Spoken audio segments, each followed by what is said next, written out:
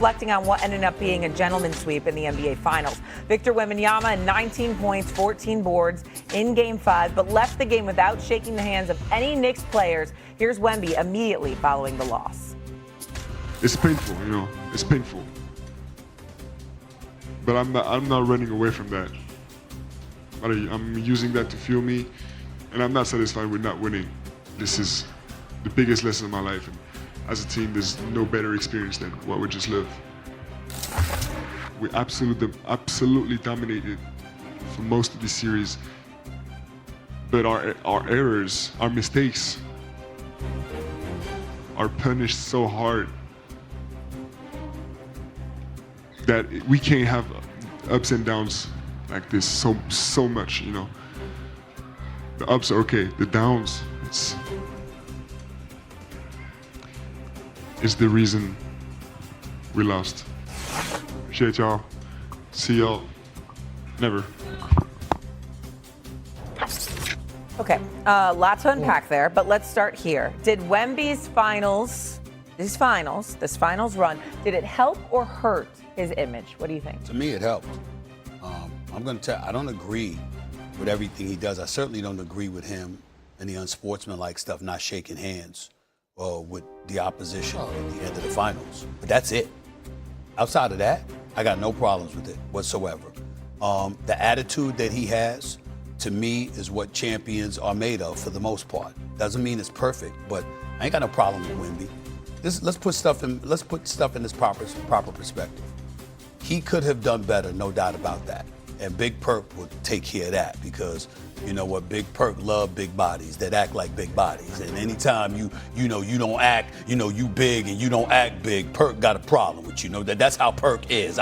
Ladies and gentlemen, Kendrick Perkins could say that because that was a big boy. And if you knew nothing else about his game, is that he was going to be the big boy on the court. He was going to be out there to hurt you. There's no doubt about it. He didn't give a damn. So Perk could say something like that.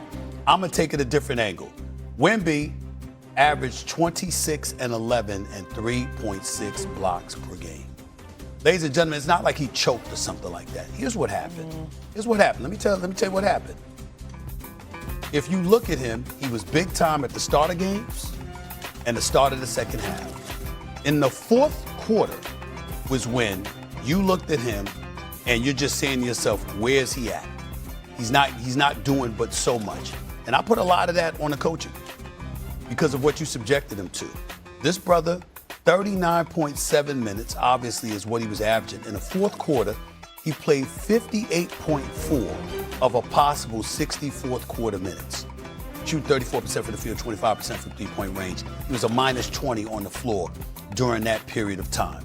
When you look at what kind of position they put him in, when you sprinting from sideline to sideline on the baseline, trying to contest corner threes and all this other stuff, he was gassed. When you look at the way the New York Knicks were attacking him, they made him play. Props to Mike Brown and those guys, putting him in situations where he had to switch, he had to guard guys on the perimeter from time to time. They were all over it. Again, Perks is going to sit up there and go like this, with all this crime. What you going to leave for the babies? What you going to leave for the babies? That's Big Perk. And I get that part. I understand it. I'm simply saying the guy's 22 years of age. Yeah, you 7'5", but you rail thin. And the New York Knicks were putting bodies on him. They were getting physical with him. They were wearing him down. And you had, I hate to say this, but a point guard who I love in De'Aaron Fox, who did not have a good series at all. And it was appropriate that he closed out the series the way that he did, shooting 3 of 15 from the field, scoring just 7 points, 1 of 8 from three-point range, being completely ineffective. Because so much about him was supposed to be about running the show, dictating and controlling pace, and saving people from themselves because you just don't know any better. And he didn't do that. He's the 28-year-old. He's the veteran. And he had the ball in his hands at a point guard. And he could have been put to the bench because Dylan Harper could have been there because he was flowing.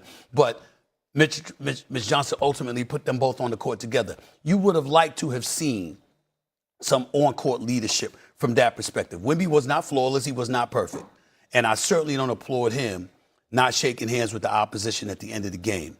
But I also think people are talking about him like it was some choke job. And I'm not saying y'all are doing that, but people are talking about him like some choke job. I didn't see it that way. I mean, in his first playoff run, the guy went to the NBA Finals, and he's 22 years old. Let's keep that in mind. Perk, help or hurt Wemby's image? What did you think these finals did? Oh, it helped it. It helped it. And look, I actually applaud Wemby for not shaking hands. Wemby has brought something back to the NBA. He has brought that back to the NBA. If you're not in the Spurs organization, Wemby wakes up and he approaches games and his opponents every single day for him not to be liked. And people could disagree with me, but over the past 15 years, the biggest problem that I've had with the NBA and the players is that they've been too damn friendly.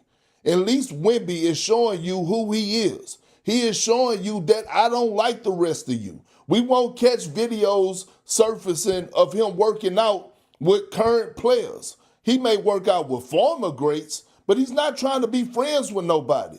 It's San Antonio or nothing. And that's what the game has been missing. The flagrant fouls, the elbows to the face, the mushing of Jalen Brunson. This is what we love. We want to see that energy. We want to see that tenacity. He don't have to be in a dabbing up mode or mood to go down on the other end and congratulate a New York Knicks team that just kicked his ass, that dominated him, that made him look weak, that showcased and put the world on notice his flaws of not wanting to be a big man. We don't have to. I actually love that. Think about what Wemby has done throughout the course of the season. He brought the energy to the All-Star game that we all been complaining about. Anthony Edwards said it himself, that they had to elevate their game and level of play because of the tenacity that Wemby brought to the table. This young man embraces everything about the NBA, including coming out publicly saying he wants to win the MVP. He wants to participate in the dunk contest. I know some people may be in their feelings, but I have no problem, zero, of him not shaking hands and showing sportsmanship after he just lost the NBA Finals. None. I'm with you guys both. I would just say this. Shaking hands is what you do when you're in the little leagues. When you're in JV, when you're trying to teach about, hey, treat the game the right way. I don't believe that NBA players or professional athletes have to shake hands. Why?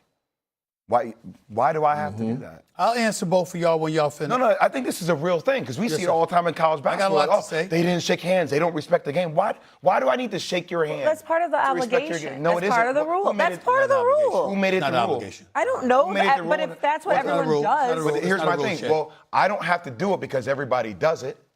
Like, nobody did make it a rule. I can respect Stephen A. Smith, and when we're done, I don't need to dap him before I go off set. I'm here to debate him. I'm trying to win a debate.